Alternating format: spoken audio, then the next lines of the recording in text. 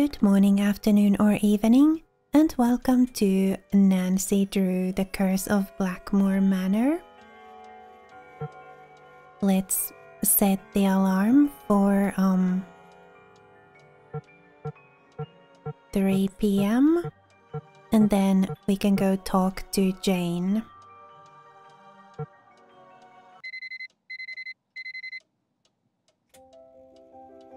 Alright, time to go see Jane.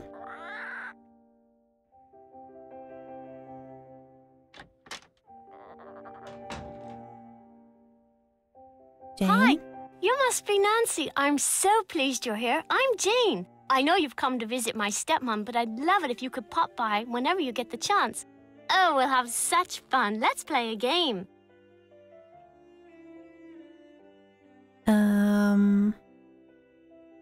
Not right now. Maybe later. I'd like to ask some questions first. Sure, what do you want to know? About Mummy? I mean, Linda. I do hope you'll help. She's been a bit out of sorts lately. When did she start getting sick? I was playing in Mummy's room when she wasn't there, and when I looked up, there was a lady, all dressed in black, putting something on Mummy's nightstand. The woman left something? The lady put a note on Mummy's nightstand, but I didn't read it. That's when Mummy started feeling poorly. I don't want to think about that. Let's play a game. It will cheer me up. A note. Sure. What would you like to play? Look inside the chest over there and pick a game. My great-aunt said it's a hope chest, so I put my games in there in the hope someone would come over to play. We can play Bull, Constellation Match, Petroglyph Punch, Skull and Bones, and I also have a jigsaw puzzle. You sure have a lot of games. I love games. I want to make computer games when I grow up. Okay. Can I try the jigsaw puzzle? Let's see how quick your reflexes are. I'll time you. On your mark, get set, go!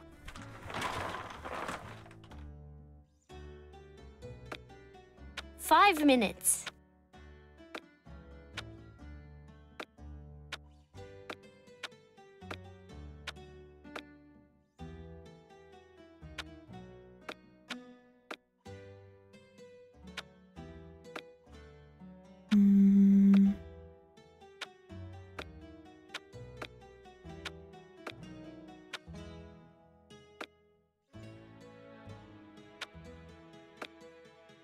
Really? There we go.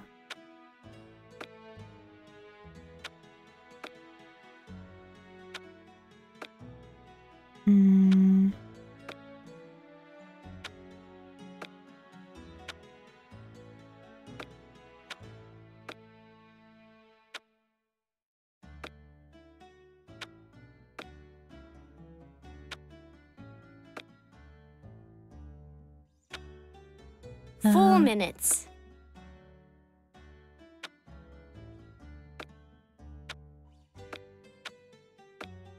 Do I need to rotate these at all? So far, I haven't needed to. Oh.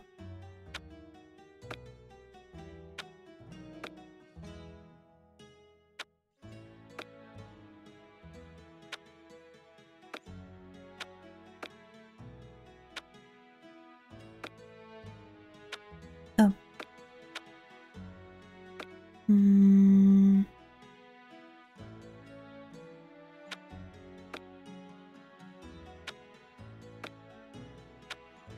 Really? Doesn't go there? Oh, it goes down there.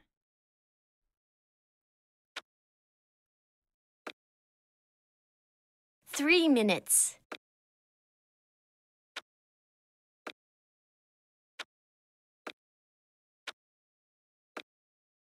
There.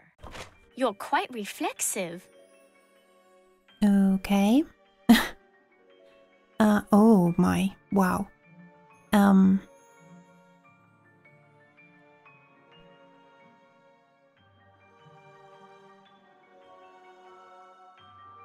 We can't ask about the cake.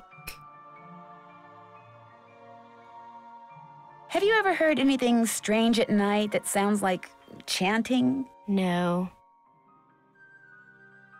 Have you ever seen anything strange outside? Once I saw my Uncle Roger's toupee fly off during a windstorm. Talk about freaky. I mean, have you seen a strange animal outside? No, but I have heard weird noises like this. Howling. But not like a dog howling, more like something human. I don't want to think about that. It's scary enough having to live in this gloomy place.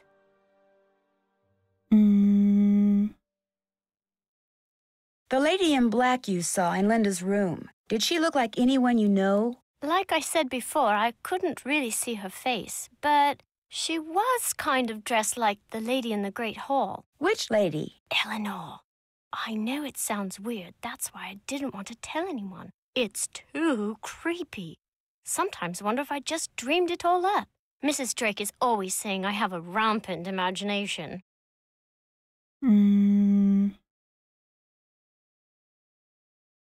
Do you know what the password is for the computer in the library? Yes, but I won't tell. Not unless you beat me at Skull and Bones. My friend Hulga bought this for me.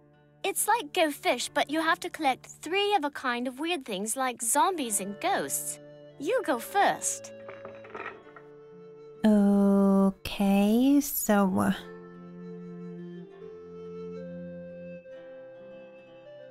Well, I guess I'm going to learn by doing. Do you have any coffins? Here you go. Do you have any ghosts? Here you go. Do you have any coffins? Sorry. Your witches, please. All yours. Tombstones? Get out your shovel.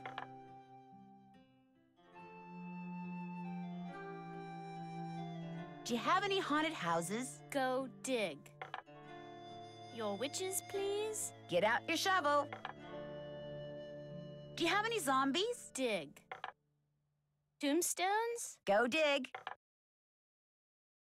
Do you have any coffins? Here you go. I got a match. Okay, so the game didn't end there then? Do you have any ghosts? Dig. Your witches, please. All yours. You got a match. Good for you. Any bats? All yours. Tombstones? All yours. A match? You're doing great. Do you have any skulls? Get out your shovel. Do you have any spiders? Dig. Do you have any zombies? All yours. Any bats? You're going to have to go dig. Do you have any bones? Dig. Do you have any spiders? All yours. Do you have any zombies? Sorry. Do you have any skulls? Here you go. Do you have any ghosts? Nada. Do you have any spiders? All yours. A match? You're doing great. Any bats? Afraid not. Do you have any haunted houses? Dig. Any bats? Afraid not. You got a match. Good for you. Do you have any bones? Here you go. Oh, so there was just the one. Okay.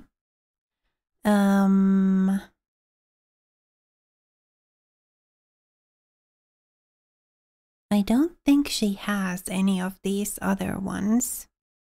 Do you have any ghosts? Sorry. That's a match. Any bats? Sorry. A match? You're doing great. Do you have any skulls? Here you go. That's a match. Do you have any haunted houses? Here you go. That's a match. Do you have any ghosts? You lose. I got more. Thought so. Do you want to play again?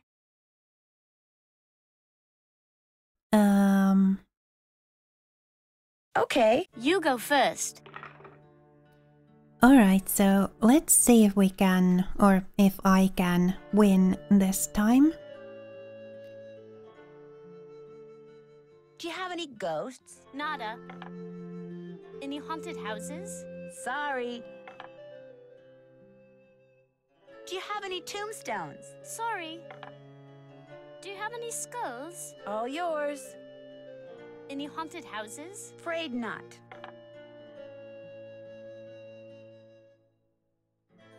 Do you have any bones? Here you go. That's a match. Do you have any witches? Here you go. Do you have any zombies? Go dig. Any haunted houses? Get out your shovel. Hmm. Do you have any ghosts? Sorry. Do you have any skulls? Go dig.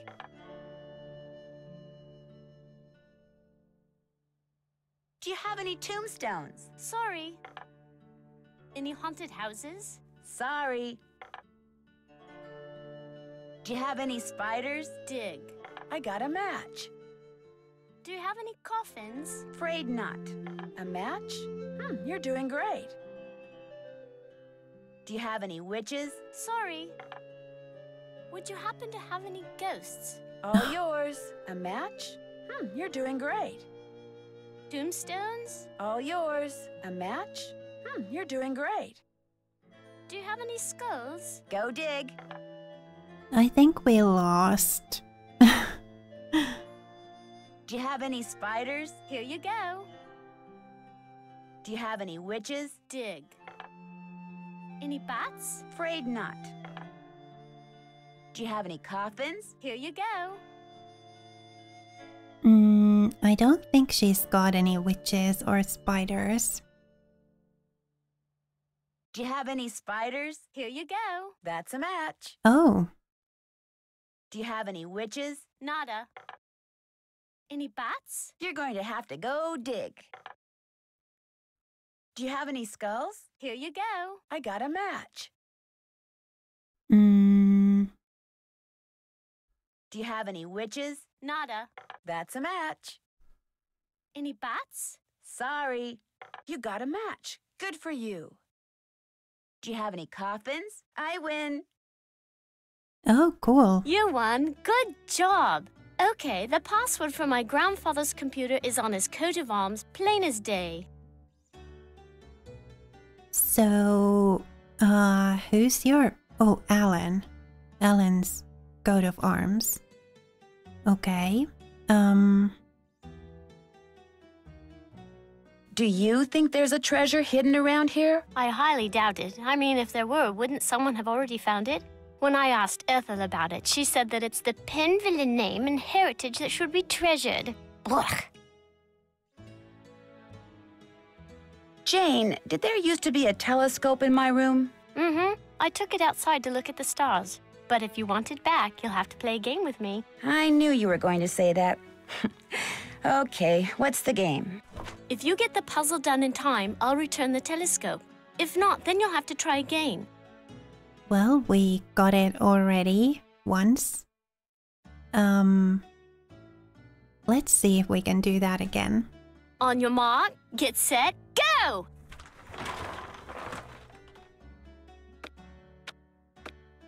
Five minutes.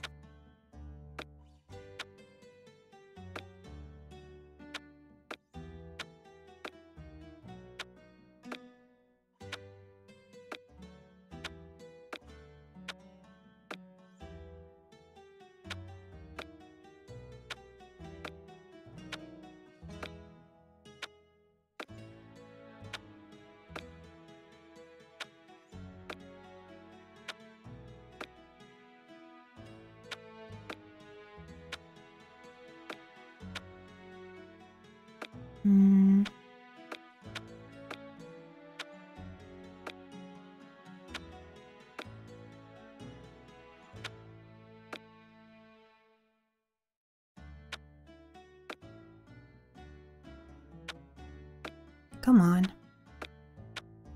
There we go. A bit finicky. 4 minutes.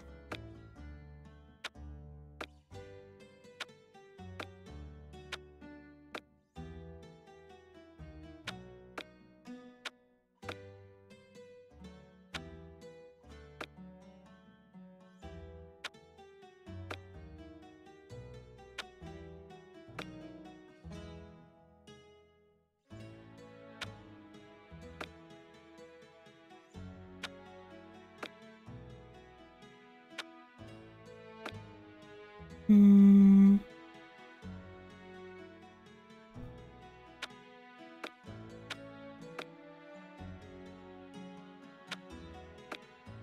Okay.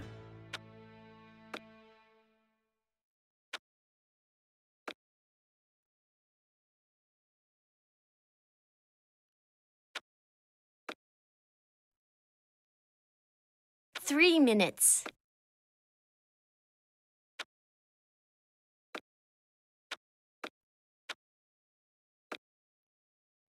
There. You won. Good show. I'll put the telescope back in your room first chance I get. All right. I should get going. Ta-ta. So I guess that's done. Oh, this is where the games are, okay?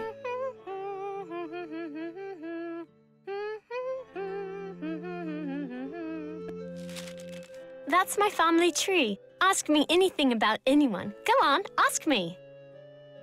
Hmm. Who was Anor? He was Odo's brother. What did Guido do? He made pizza. No, I'm joking, of course. I don't know anything about him except that he died in 1433 because he outlived all of his siblings.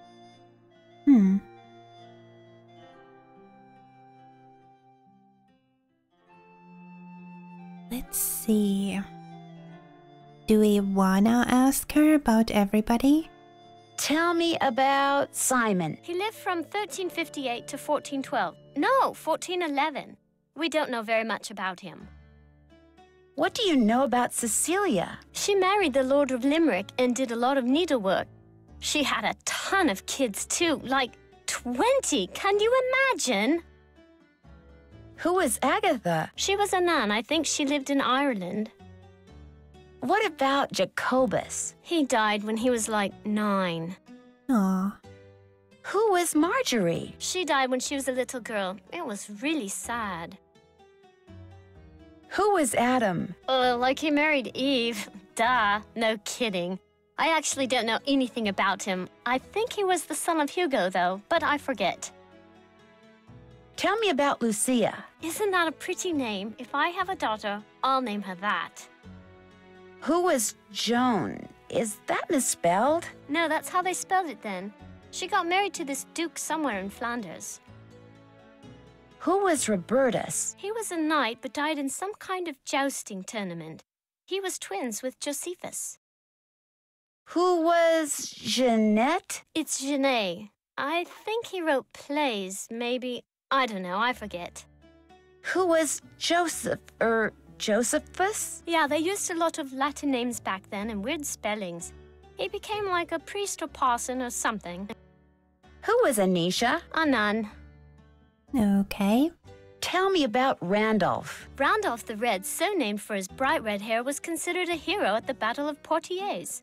For his heroism, King Edward III awarded him with the lands in the region called Penvelin. That's how we got our name.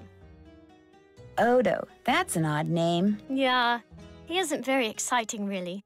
Like farming and cows. His son Milo is much more interesting. What about Milo? Milo inherited not only his grandfather's red hair, but his military prowess. Milo was instrumental in the siege of Caen and was awarded even more lands by Henry V. And Hugo? He had a lot of kids, and his dates were 1401 to 1466. Tell me about Albert. He was very mysterious, and the people of Blackmoor were afraid of him because he knew all these scientific things. No one knows much about him, though. Alright.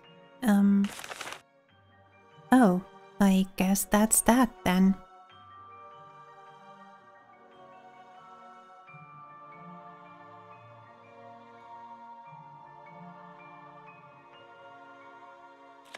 Nigel gave that to me when I was in the library once. I think he was hoping it would scare me, but it didn't. I'm too smart to believe in that sort of stuff. The real deal on mummies, witches, werewolves, and vampires. I love books like this.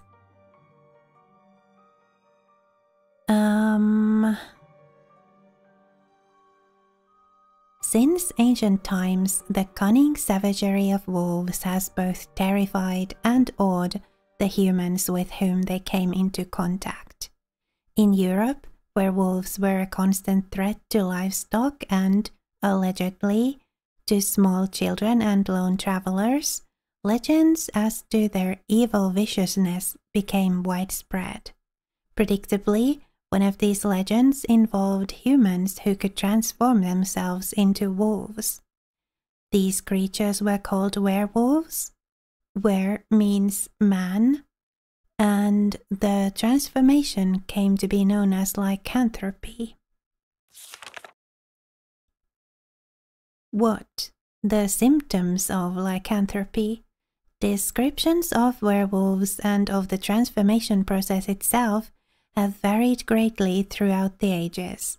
Some lycanthropes assumed the precise appearance of a wolf, others turned into something that was half human, half beast. Sometimes the change was permanent. Sometimes lycanthropes could change form at will. Sometimes the environmental factors brought about the transformation.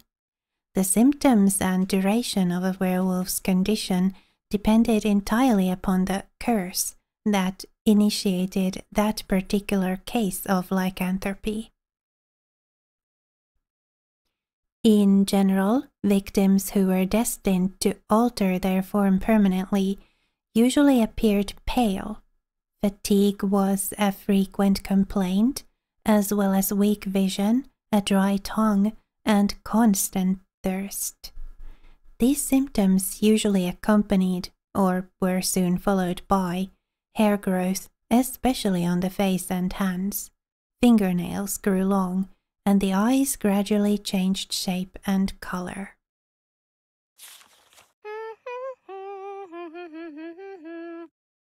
The victim's personality also changed. He or she became increasingly ill-tempered and aggressive. As the transformation grew more apparent, the victim usually went into hiding, returning to society only to satisfy its newfound appetite for human flesh.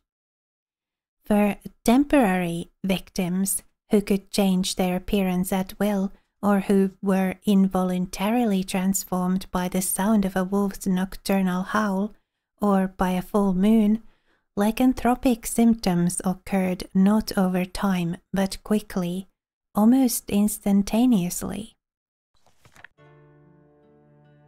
They were forced to assume human form again at sunrise, either by shedding their hair, claws, and fangs, or by taking off their skin and hiding it intact. Such a lycanthrope would reportedly suffer the same fate as its shed skin. If it was found and destroyed, the werewolf would likewise be destroyed. According to legend, those who voluntarily became werewolves obtained the ability to change their form through sorcery. Involuntary lycanthropes were people who had been cursed by someone they had wronged, or had been bitten by, or born to, a werewolf. Since there was no cure, and since most werewolves were thought to be immortal, these unfortunate beings were compelled to lead dark, desperate lives until they were felled by a fatal wound to the brain or heart. That they could only be destroyed by a silver bullet is a modern embellishment. Why? The reasons for lycanthropy. Psychology plays a significant role in lycanthropy. Wanting to imitate, if not actually become, the thing or person that one fears the most seems to be part of human nature. Far from being a universal phenomenon, werewolves are unknown in regions where there are no wolves. Instead, people spread tales of were-bears, or were-tigers, or were-crocodiles, whichever animal is most feared. The old saying, "If you can't beat them, join them," goes a long way in explaining the source and longevity of many monster legends. More important, throughout history there have been instances of people who actually were werewolves. In their own minds, at least. Convinced that they had been cursed, they presented all the physical symptoms of lycanthropy and often behaved violently. Because they fully believed that they had become werewolves, they acted like werewolves. As a result, the people around them treated them like werewolves, which only reinforced their delusion, thus trapping them in a vicious circle. This psychological disorder was no doubt prevalent in the Middle Ages, when belief in sorcery, curses, and creatures such as werewolves was commonplace. The power of suggestion cannot be underestimated, especially in places where education is minimal and superstition passes for truth. Instances of lycanthropic disorder are rare in modern times, although it is possible that many cases go unreported due to misdiagnosis or familial embarrassment. All right.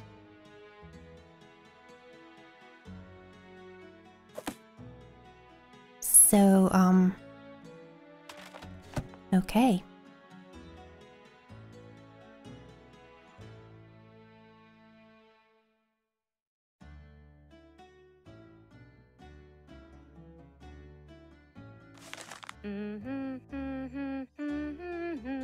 An introduction to runes. Runes are a set of symbols that came to Britain with the ancient Germanic people who immigrated to the country around 450 AD. They were used throughout Northern Europe during the Dark Ages, which lasted from around 500 AD to 1500 AD. Because these symbols were used for writing, among other things, they can be termed an alphabet. The original runic alphabet was made up of 24 symbols and is known as the Elder Futhark. The first 6 runes spell out the word Futhark. The runes were comprised of straight lines so that they could be easily cut into wood or stone.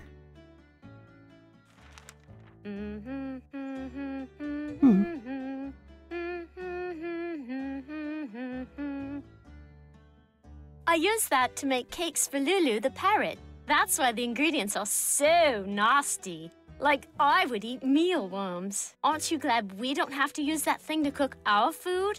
I saw the kitchen. What happened to it? I guess you could say I happened to it. But it was Ethel's fault. She inspired me to study the oxidation rates of different kinds of cookie doughs. Only my snickerdoodle experiment got away from me. Okay. Well, how do I make the cakes then? Mealworms. Ugh. Is that the only thing I can look at here? I'm going to bake another cake for Lulu, if that's okay. Go right ahead.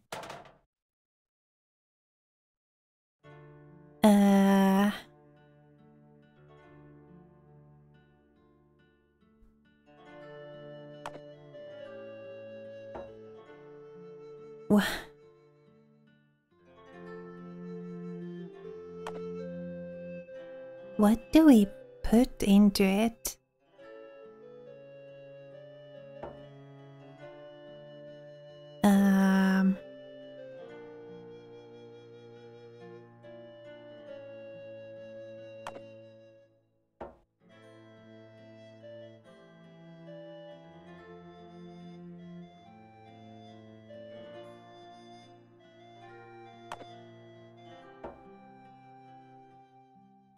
Is that good?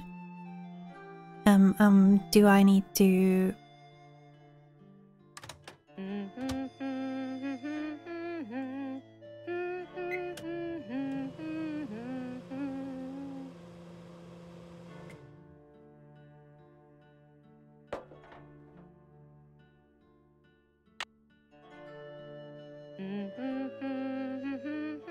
Well, I guess we'll go see if that's good.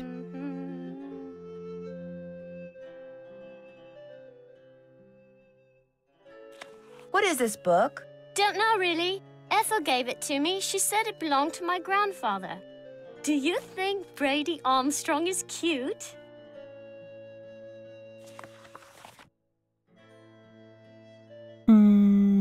Okay, I bet we're going to need some of these images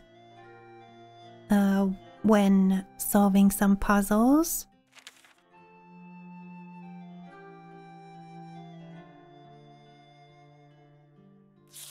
Each of those cups seems to be associated with a Roman numeral.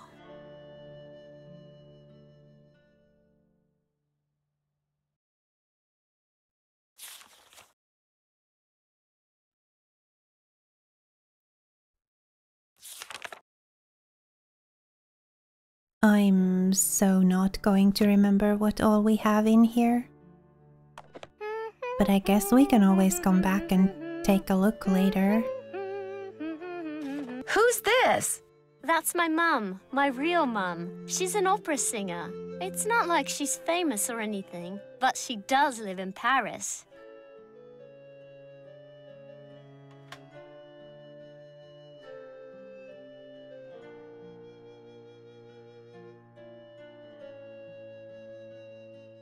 Madame Butterfly.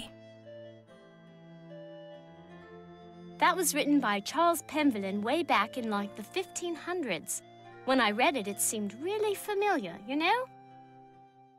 As the moon rises upon thee, fear not, but draw upon the strength of absent friends, and toast to their memories in happiness and wonder. With the stalwart heart of a knight, let charity be thy guiding angel. Stay firm in knowledge as a dedicated geometer, and fear not the ravages of Father Time. For, dear child, as you learn the lessons of folly, the secrets of this world shall dawn in thy soul. Interesting. We're probably going to need that for something as well.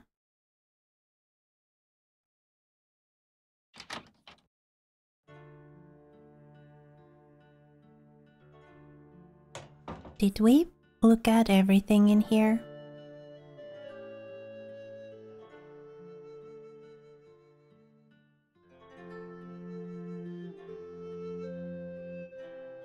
Not quite.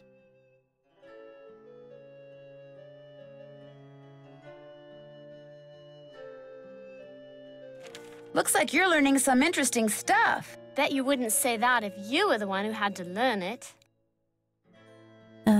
Brigitte Penvillin, biography interests. The Ballad of Brigitte. French. Latin, science. Math. English. Art projects.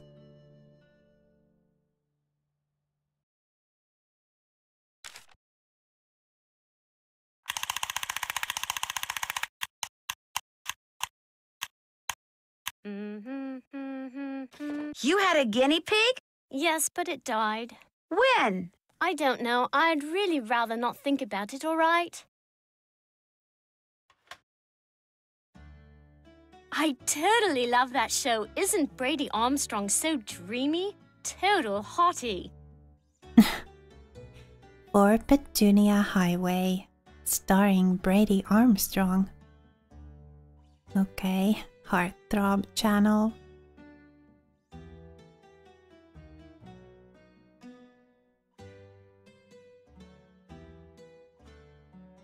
I guess that's that.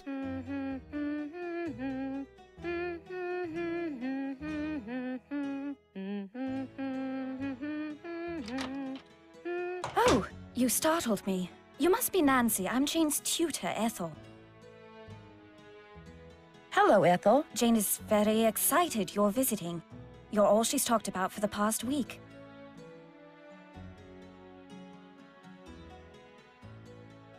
I saw Jane's lesson schedule. That's quite an unusual list of subjects. Yes, well, I'm sorry, but I'm in a bit of a rush. I need to go over some things with Jane. Oh, I guess I'll be going then. It was a pleasure meeting you, Nancy. Our paths will cross again, I'm sure. Okay. Let's go see what Lulu thinks about this cake we made. Polly is a stupid bird. Polly is a stupid bird. Uh-oh, not good. Stay away. Stay away. What's not good? Behind you. Don't look. Don't look. What's behind me? Don't look. Don't look. Okay, I won't. Nothing there. Fooled ya. Lulu want a yummy cake? Cake. Lulu on cake. Delicious. What's the secret to opening that musical lock? Step by step. Step by step. That's the name of that tune. Bye, bird. Don't leave me. I love I love you too. you. Pay no attention to the bird behind the curtain. Felicity, the door, the door! Okay, so we have to listen to the sounds that the stairs make and then reproduce them, I guess, in order to solve the musical puzzle. Yeah, Lulu is still my favorite character in the game. Like, absolutely. Okay, healthy diet for parrots. I guess I made the right choices without even looking at that. Roman numerals. Let's look at the parrot diet. Parrots in the wild eat a wide variety of foods simply because a food source that's available one day may no longer be available the next. If and when the opportunity arises, wild parrots will eat fruits, seeds, leaves, nuts, and sometimes even the meat from a carcass. It only stands to reason that parrots in captivity will thrive on a diet that offers a variety of fresh foods too. A healthy diet includes deep-colored vegetables, such as carrots, greens, peppers, and broccoli, quality proteins, such as non-fat dairy products, commercially produced mealworms, and beans. Additional fruits and veggies, such as corn, tomatoes, bananas, apples, and blueberries. Whole grains, like brown rice, wheat germ, and whole grain crackers. Nuts and seeds, like peanuts, walnuts, and sunflower seeds. Okay, so what did I put in there? I put worms, and blueberries, and nuts, and crackers. Okay. Never feed your parrot avocado, tea, coffee, chocolate, uncooked potato, or any kind of lunch meat. These foods can be toxic to our feathered friends. Okay.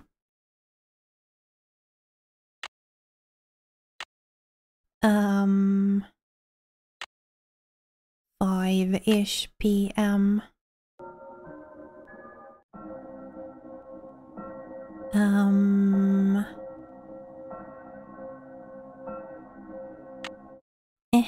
Didn't mean to go there. I'm finished with that. Ellen Penvalin's coat of arms for the password. Check.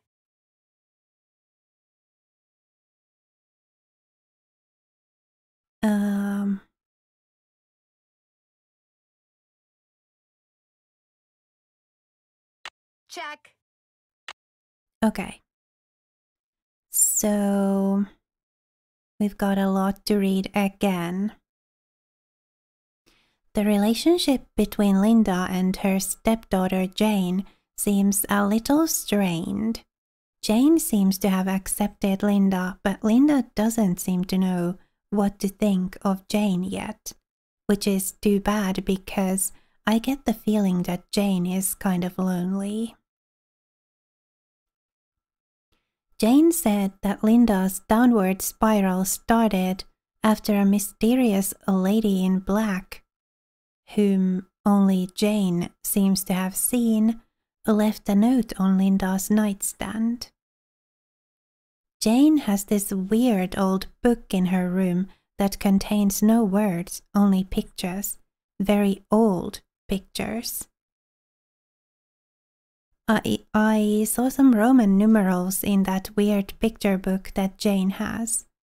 It wouldn't hurt to know more about them. Maybe I should use my cell phone and do a web search. On the wall in Jane's room is a tapestry that rambles on about moons and nights and geometers and other weird stuff. She said that an ancestor of hers named Charles created it. What I'd like to know is why. I met Ethel Bosini, Jane's tutor, just as I was leaving Jane's room. I got the feeling she wasn't real eager to talk to me. Last night, I woke up to the sound of this very strange, very spooky chanting. I still have no idea what it was or where it came from. Yikes. Okay, well, I think I'll end the episode here. And then we'll see about talking to some other people and looking at Alan Penvellon's coat of arms in the next episode. For now, thank you so much for watching and spending a little of your time with me here today. It was lovely to have you. Please remember to be kind to yourself. Have a lovely rest of your day. And I will see you again next time.